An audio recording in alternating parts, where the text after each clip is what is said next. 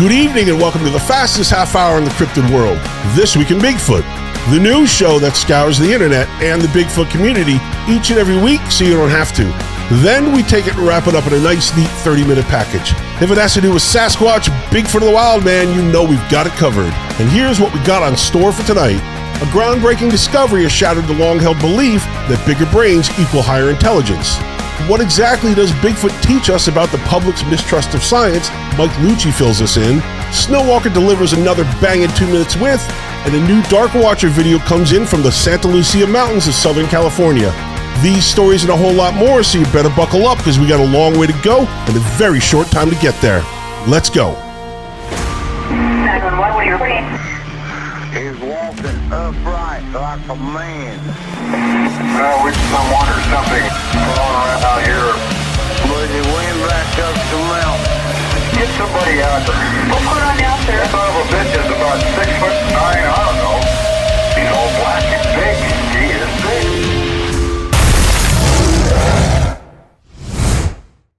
Our lead story this week. In a surprising turn of events, a groundbreaking discovery has shattered the long-held belief that bigger brains equate to higher intelligence. Homo naledi, an early hominid species found in Africa's cradle of humankind back in 2013, has proven that intelligence cannot be solely determined by brain size. Homo naledi possessed human-like hands and feet, but had a brain about one-third the size of Homo sapiens, leading researchers to previously assume the species possessed far less intelligence. However, a recent expedition to the Rising Star cave system where Homo naledi was first discovered unveiled astonishing new evidence that challenges these assumptions. Paleoanthropologist and National Geographic explorer Lee Berger revealed that Homo naledi practiced burial rituals, making it the first non-human species in history known to do so.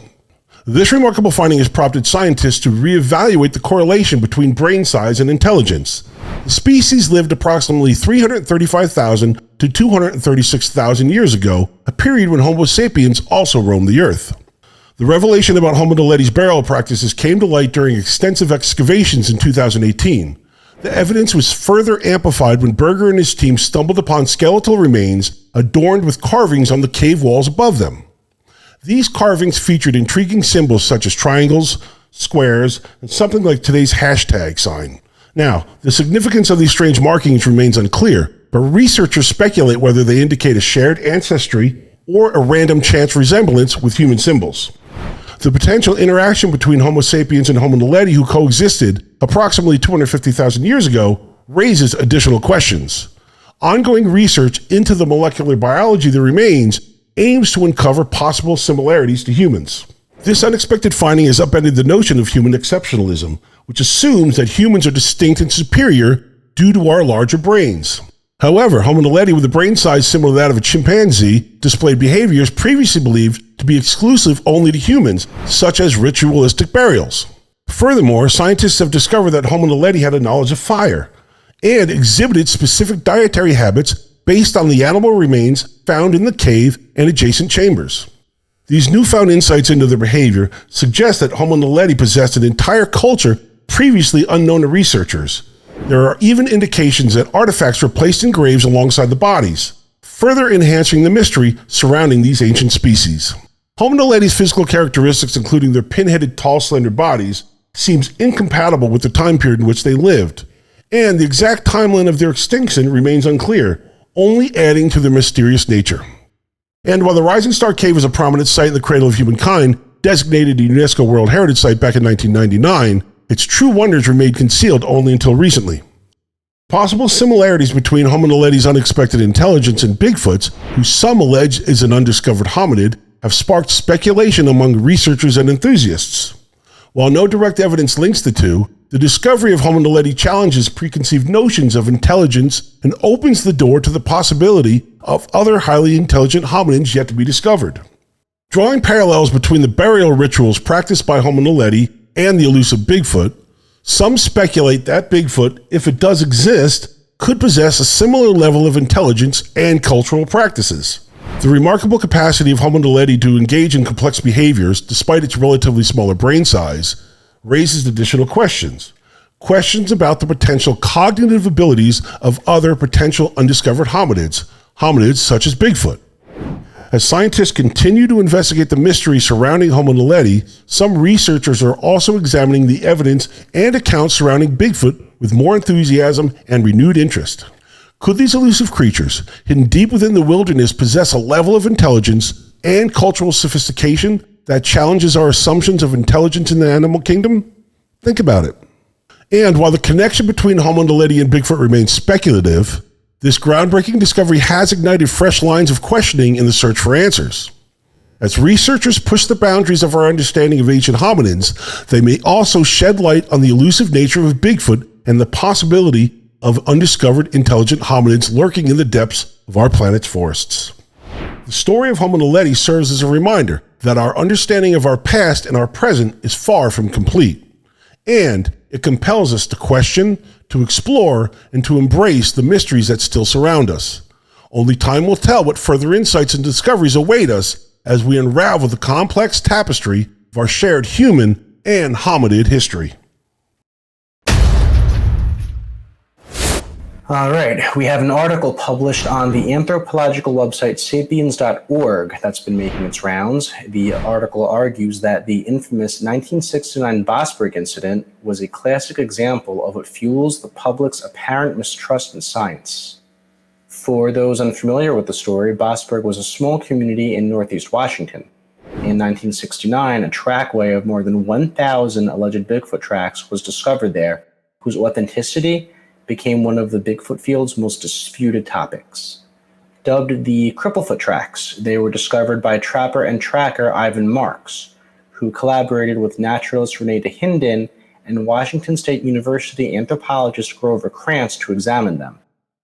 Krantz believed the tracks possessed too many subtle details for them to be hoaxed, and strongly thought they were authentic. Dahinden, on the other hand, would wind up disagreeing. A few weeks later, Marks claimed to get footage of an actual Squatch, so we'll go ahead and play for you a clip from that. There it was. Finally, face to face with Bigfoot.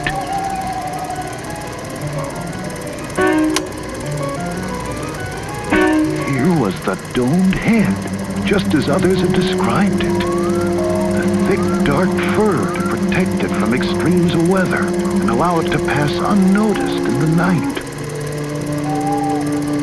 I saw it, photographed it, but scientists challenged my film. Yet it stood up under every conceivable test. Many believe the footage was an obvious fake, especially after evidence surfaced that Marks purchased scraps of fur in a nearby town. While these developments made Dahinden suspect Marks also hoaxed the trackway, Krantz, who was the only credentialed researcher with a PhD among the three, refused to accept they were fake.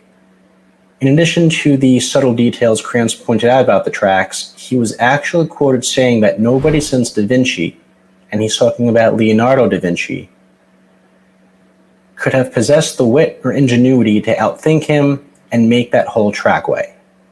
Talk about putting yourself on a pedestal. He also claimed to have secret tests that determined if a footprint was real, but he never revealed those methods. The article essentially argues that Krantz made himself more important and put himself ahead of the evidence he was studying. The Bosberg incident serves as a warning against scientists' rampant overconfidence in themselves, because when that happens, they're no longer practicing science or producing reliable, useful knowledge. And instances like that, the article argues, are what cause public mistrust in science. Now, there's definitely a lesson to be learned from the Bosberg incident, especially when you look at modern instances like Dr. Anthony Fauci or Melba Ketchum.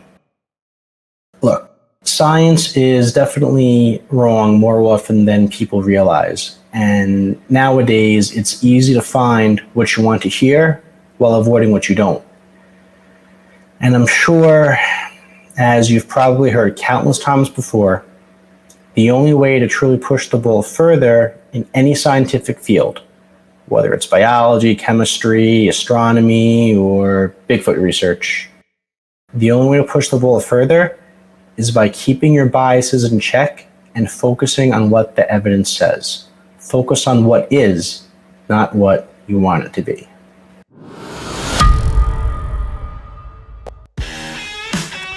Today's episode of This Week in Bigfoot is sponsored by Got Knockers Apparel and Clothing. From hoodies and caps to soaps, keychains, and bats, Got Knockers has everything you need to show your love of Bigfoot. For more information and to shop their items, be sure to visit the Got Knockers page on Facebook at facebook.com/Got Knockers. Hey, Got Knockers? For more than 300 years, people have looked up into the mountains of Southern California to see tall, dark figures staring back at them, only to watch them disappear moments later. The Dark Watchers, as they're called, are said to appear between late afternoon and twilight to visitors to the rural Santa Lucia Mountains. Witnesses from Native Americans to American writers have reported seeing these figures lingering in the mountaintops, silently watching those below. The Santa Lucia Mountains stretch along the California coast, from Monterey County up through central San Luis Obispo County. In the early days of the state, they presented a challenge to the Spanish explorers making their way to the ocean. As these explorers made their way up the mountains in the 1700s, they reported seeing dark figures and named them Los Vigilantes Oscuros, literally the Dark Watchers. Later, as American settlers made their way over the mountains, they too reported the feeling of being watched from above. What have come to be known as the Dark Watchers are typically said to be very tall humanoid entities, ranging in height from 7 feet tall all the way up to over 15 feet tall, all black. Some are reported wearing flowing cloaks and wide-brimmed hats, with many sightings also mentioning some sort of staves or staffs in the being's hands. Facial features is not typically seen, and they are almost always silent, enigmatic figures, usually seen at a distance on a ridge silhouetted against a darkening twilight sky, always around dusk or dawn, quietly surveying their domain with an unknown purpose, and often vanishing at the blink of an eye, especially when one is trying to get a better look. Legend says that the creatures are a group of migratory entities that stalk travelers along the mountain range, endowed with exceptional hearing and impeccable eyesight. They are said to reveal themselves only to travelers carrying simple possessions, like hats and walking sticks, instead of high-tech equipment.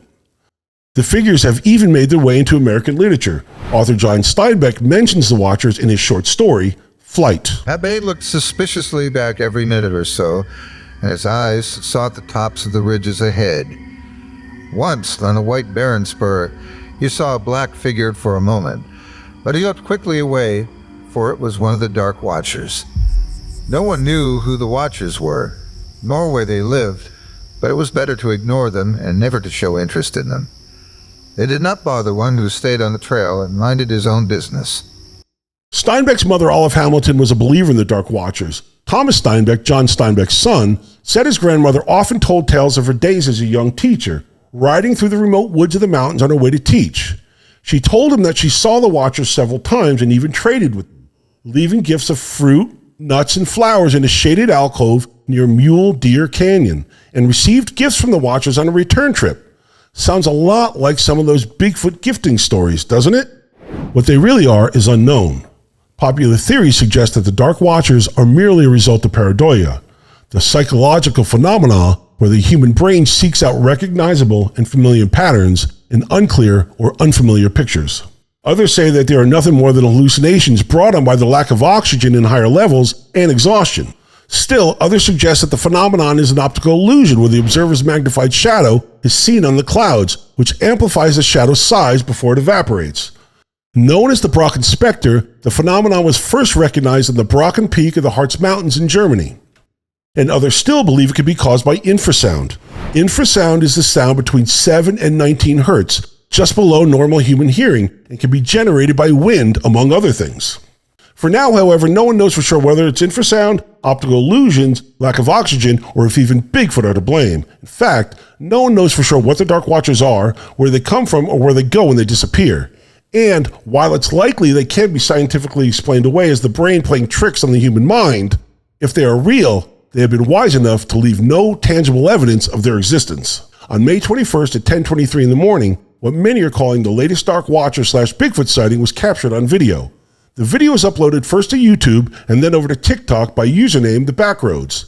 The TikTok profile only contained 2 videos, with the other being of the Los Padres National Forest, also in Southern California. So let's take a look at the video. Dark Watcher spotted in Greenfield, CA.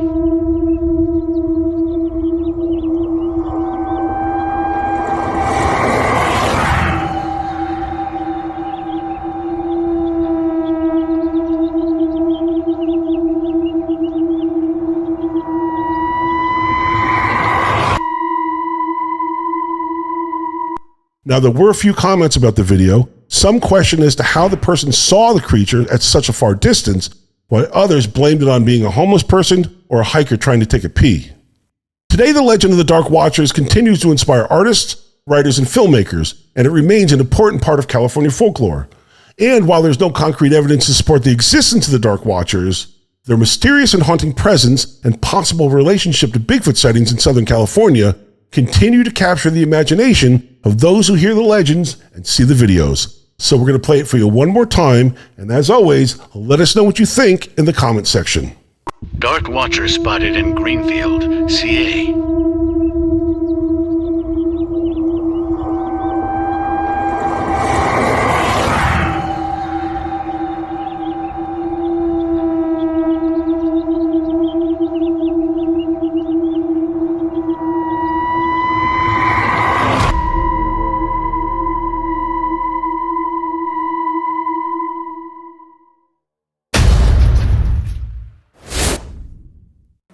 Alright, so to tack on our show's recent UFO coverage and its pertinence to the Bigfoot phenomenon, one researcher is concerned the alleged information these so-called whistleblowers are revealing could stop, or as he described, muddy the waters for Bigfoot research.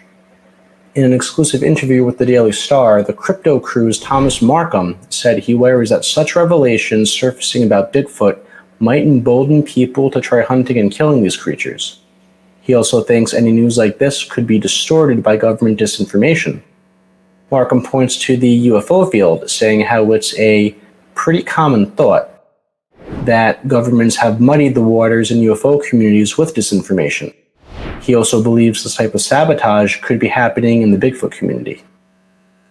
Similar to the public's response towards world governments solely acknowledging UFOs, even if they made similar revelations about Bigfoot, Markham believes it would take time for the public to accept the fact that these creatures even existed. But it would profoundly affect industries like camping, hunting, and timber harvesting. I mean, if you think about it, there are some people out there who believe Bigfoot's existence, this creature's existence, is covered up because of the damaging ramifications it could potentially have on industries like timber, mining, land development. So it would certainly give them a reason. Although Mr. Markham says he's hopeful the government will one day confirm some real information about UFOs and Bigfoot, he also said he'll remain skeptical of that information and its source. Now, while his concerns are certainly valid, these same worries have been repeatedly expressed in this field for years. It's also important to note that Markham's allegations of governments muddying the waters in these 14 communities are speculative. Definitely plausible, but as of now, ultimately speculative. I wouldn't say any of this would outright stop Bigfoot research, though. That probably wasn't the best wording for this article's title.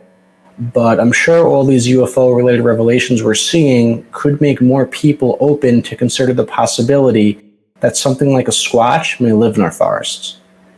It's hard to say how the public would react if that fateful day ever comes where Bigfoot's existence is factually confirmed, but the reactions we're seeing on the UFO front could serve as a good indicator of what to expect.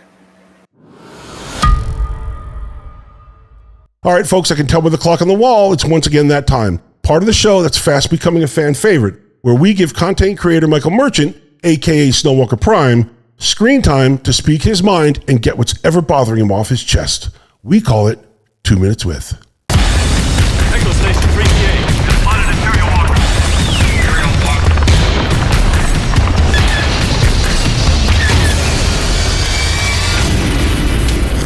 Echo Station 3PA. We have spotted an aerial walker. Aerial walkers on the north ridge.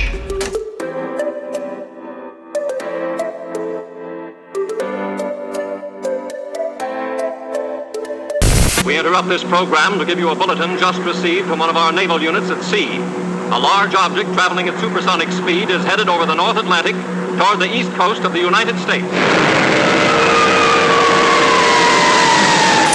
We have people with aliens in their backyard. People on the ground are filming UFOs. And you guys haven't seen a single one. Not one. Not one. In 50 years of daily flying, being in outer space, being in orbit, being in jets, weather balloons, satellites, radar. All the most expensive, top of the line, cutting edge equipment, not available to laymen or the general public. And while we've seen all kinds of UFOs, you guys haven't seen a single one. Completely inept, apparently, at observing UFOs. Now you guys want to study them. It's laughable. You've been withholding information and keeping this a secret for decades. And now you want to help. Now we're going to set aside a small office. Doesn't have to be a big office, just a small office. As a side note to what we're really doing, launching stuff into space on these giant rockets. We'll have a tiny office that will look at UFOs. Apparently you're all delusional and seeing these things, so we'll investigate. For those of you that are hysterical, we will investigate. And just calm down. Calm the fuck down. Let's just say you're right and the Tic Tac's only doing 40 miles an hour. Wouldn't the jets have just flown over and investigated it? If it was only doing 40 miles an hour, wouldn't they have been able to catch up to it? I've known pilots personally that have landed in the ocean thinking that it was an aircraft. We had one guy that was supposed to rendezvous with his wingman. He started circling a lobster buoy. A lot of people don't know this, but there are illusions. You'll see something that's not really what you think you saw. I know you think you thought you saw a UFO, but what you actually saw was a lobster buoy. Common mistake. Once I was flying over the Nam and I thought I saw this thing, and when I went down to investigate, it was actually Mary Poppins. It was Nemo. It was Arnold Schwarzenegger. And poor Johnson as the Walking Dead. Turn off your electro gun! No! It was weather balloon, swamp gas. It was an optical illusion masquerading as a UFO. It was a howdy-doody ventriloquist doll. I know how strange that sounds. It was a chicken who had achieved his dream of flight, flapping like crazy. As difficult as this is to believe, it was Bigfoot.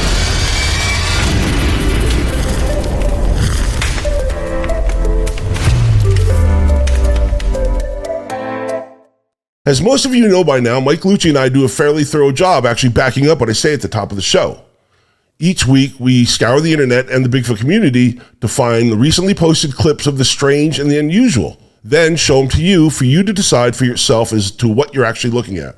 9 times out of 10, it's Bigfoot related. After all, the show is called This Week in Bigfoot. That being said, every once in a while, we come across some strange shit. Stuff so odd, it gives us pause as to what we are seeing. And we look at a lot of stuff. Trust me. This week, while putting the show together and trying to fill out this segment for what turned out to be a slow news week, I came across 2 videos that made me scratch my head. So I thought to myself, what better to do with them than to show them to you guys and gals and have you help us figure out what we were actually looking at on screen. Sound fair? Good. Okay, the first video is posted on the YouTube channel News18, an Indian news channel, and I mean Indian. The description claims it was filmed in Kentucky, and judging by the woman's accent in the video, I don't doubt it. The video is of a mysterious pale figure caught on camera in Moorhead, Kentucky, and has gone viral with a flood of reactions. While some users have raised questions about the video's authenticity, and you'll see why in a second, others have found it curious with the supernatural nature of the creature in the frame. Let's take a look.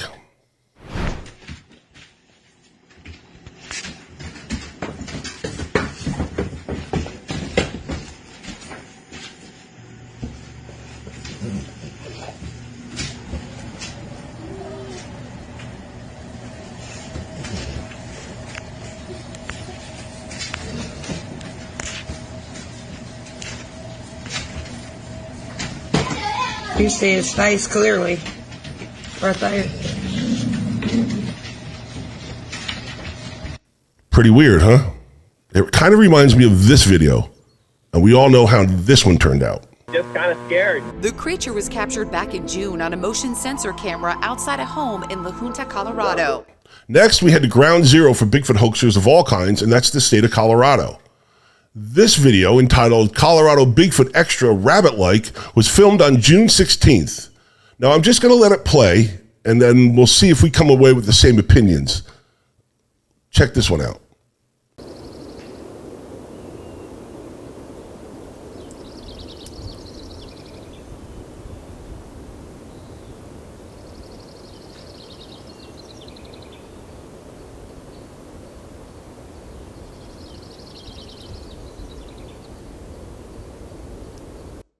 So what'd you think of that one? Huh? Really? So here it is again with my slightly humorous edit of what I thought I was looking at. Ralphie, we're waiting. Oh, come on, Mom. Right now.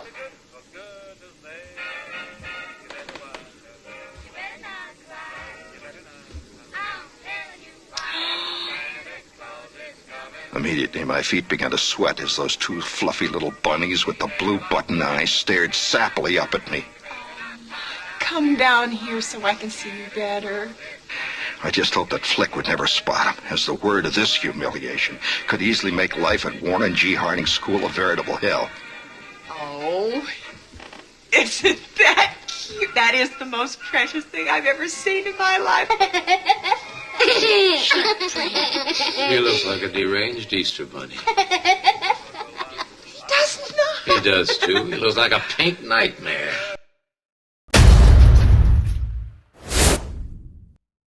This photo was taken by one of the Bluff Creek trail cameras back in 2014. It recently rekindled some interest in a few Bigfoot Facebook groups, namely for its overwhelming resemblance to the Jacobs photo, which was taken 7 years earlier in Pennsylvania's Allegheny National Forest. Now, the mystery here isn't so much about the Bluff Creek photo. What many people are wondering, though, is whether this photo is grounds to officially debunk the Jacobs photo. And if that's the case, then the mystery behind this infamous image has technically been solved now for almost 8 years. No sooner than when the Bluff Creek trail camera photo was first posted on Facebook, these two images were subsequently added in the comment section. The poster clarified both photos were respectively taken half a second before and after the image in question was captured. There's even a YouTube video showing all the pictures this particular trail camera took. We'll go ahead and play a clip of that video containing the image in question.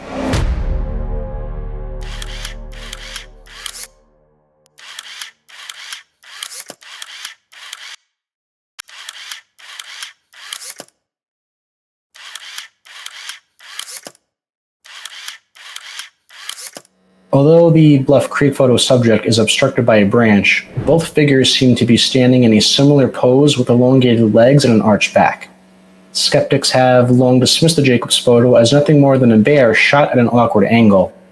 And in the years since, we learned from similar trail camera photos that looks can certainly be deceiving, as we can see here in these two photos that were taken in Michigan and Virginia. Both images were originally suspected to potentially be Squatches, but subsequent photos produced by the same trail cameras debunked those claims, revealing them to be just bears. It is interesting, though, to note these similarities in posture and how the legs stretch out when these animals are on all fours. You see that in these photos from Michigan and Virginia, in the Bluff Creek figure, and of course in the Jacobs photo. And considering the awkward angles that these animals are all photographed, I can totally see why it's easy for people to believe they could have been looking at a baby Bigfoot at first. The Jacobs photo has been one of the most controversial images in the Bigfoot community, so whether or not you believe these recently rekindled photos of the Bluff Creek figure are enough to officially debunk this highly disputed image, let us know what your thoughts are in the comments. It's time to catch up to speed on a couple of recent Bigfoot podcasts and live streams. First up and new to the show, it's Linda Eastburn, Feeling the Danger. In this upload, Bigfoot researcher Richard Daniels puts himself in danger by solo camping deep in Bigfoot country. Let's check it out. I was literally sitting on top of a 5-gallon bucket that had a seat cushion on it. And, you know, I could see above the blind. I could see, sit about that high. And after about an hour or so, I could hear something coming close. And I could just moving through the woods, and it didn't sound like it was trying to be careful. It was just sounded like it was walking, and it was on 2 feet. And again, there I am without any night vision gear, totally, then I realized, wow, what good is this going to do? I'm sitting here in the dark and I can barely see. And this thing stopped, I'm guessing at a range of about 20 to 25 yards. And it became noticeably agitated. it started to bark, and it started to growl, and it started to I mean, the one of the sounds that it made, it was kind of a angry gurgling noise, and it was all directed in my direction. And I know it was because this thing was so angry, I could feel the sound waves of its barks and its vocalizations hitting me in the face. Next up, it's Bigfoot and Beyond with Cliff and Bobo, episode 214, Paul Cropper and the Yowie Files. And the latest from Cliff Barackman and James Bobo Fay, the two well-known researchers speak with Paul Cropper, co-author of the new book, The Yowie Files, Encounters with Australian Ape Men. The three discuss the history of Australian mystery apes, notable cases, and other cryptids that might lurk down under. Check it out. I think Yowies are just part of the broad spectrum of weird experiences that happen to human beings. Are you lumping brown jacks and Yowies together on that when you say that, Paul, that they're both like that, or just the brown jacks? I think all of these sightings, I mean, that's, I think all of these sightings. Tony's got a different position on this, and he can talk about that. But I just think, as I said, I think these experiences, these sightings, are just part of this broad spectrum of phenomena that happens to people. And weird experiences happen. We all know it. We read about it in the press pretty regularly. But my expectation would have been if this was a creature in a full physical sense, we would have found much clearer evidence by now. In the third slot this week, it's the Paranormal Odyssey podcast. Here, hosts C. Wayne and Lisa address the 800-pound gorilla in the room. And that's pareidoia and how it's killing the Bigfoot community. Let's roll it. And chances are, if it was that close, you would have known. Yeah. You would have known that it was there. And, I mean, I don't know I think a lot of these people really believe that they're seeing something, really believe that there is something there. So you can't really fault them for that. But we already get so much shame in this community. We get looked down on so much. We get called crazy and hillbillies and all this stuff. And we're not helping ourselves by showing pictures like this. And if they would just critically, you have to critically look at, you have to rule out, you have to do it in a scientific approach and rule out everything. And they're just not doing it. They're throwing up a picture of a tree and, oh, look, and then the little circles. And if you need a red circle in your picture, it's probably not the best evidence in the world.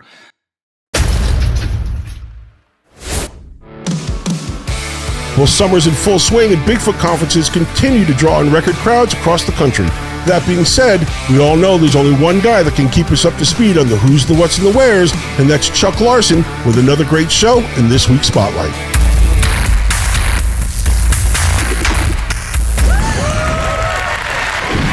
Pennsylvania Bigfoot Conference, July 15th, Perryopolis, Pennsylvania. Conference Spotlight. Fayette County's annual Bigfoot Festival is set for Saturday, July 15th at the Perry County Volunteer Fire Company in Perryopolis, Pennsylvania. This is a completely free event and will run from 10 a.m. to 5 p.m. This year's festival will feature something for everyone, including Bigfoot search technique workshops, dozens of arts and crafts vendors, food trucks, and more. Listen to local Bigfoot witnesses and even file your own report while you're there. Topics that day will range from the paranormal to UFOs and, of course, Bigfoot. All proceeds for the event will benefit the Perry County Volunteer Fire Company. For more information and festival schedule, visit Fayette County Bigfoot Research Project's official Facebook page. And that's this week's Conference Spotlight. Brendon, take us out. All right, folks, it pains me once again to tell you that we are all out of time for this week's show. Time sure does fly when you're having fun, doesn't it?